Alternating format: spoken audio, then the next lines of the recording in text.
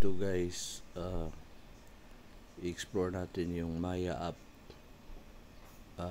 Ito may wallet, savings, credit, loans, cards, etc.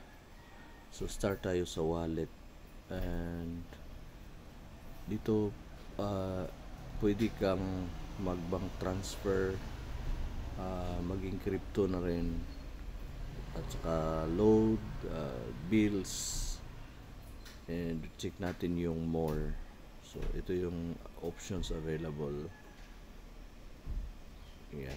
So basically you can dun sa PAL, sa government, sa travel, food, partners, and you can also earn rewards. So dito sa transactions ko, as you can see, dito na ko bumibili ng mga items. So sa Metro, sa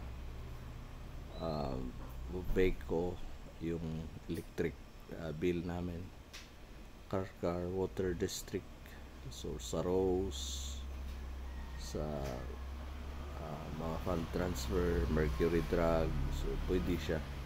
So paano gawin? Ito sa baba may scan barcode dito. So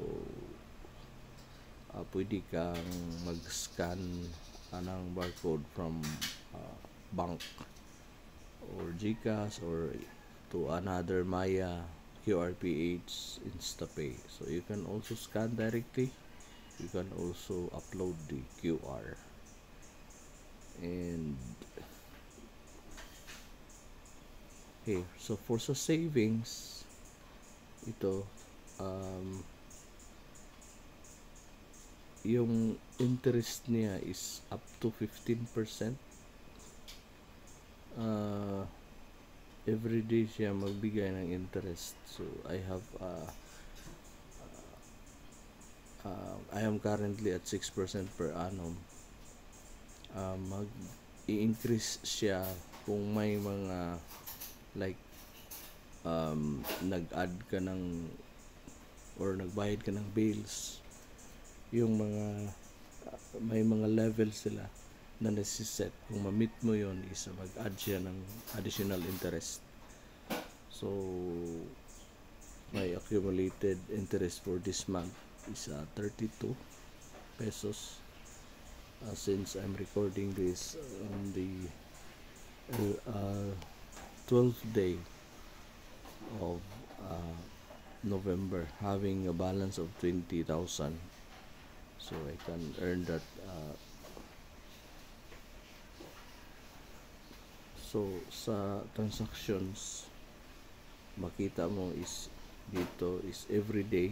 So ito sa November 10, sa November 9, sa November 8. So every day niya yung interest na papasok sa account mo. Right? Sa loans, may mga option dito, credit and cards. So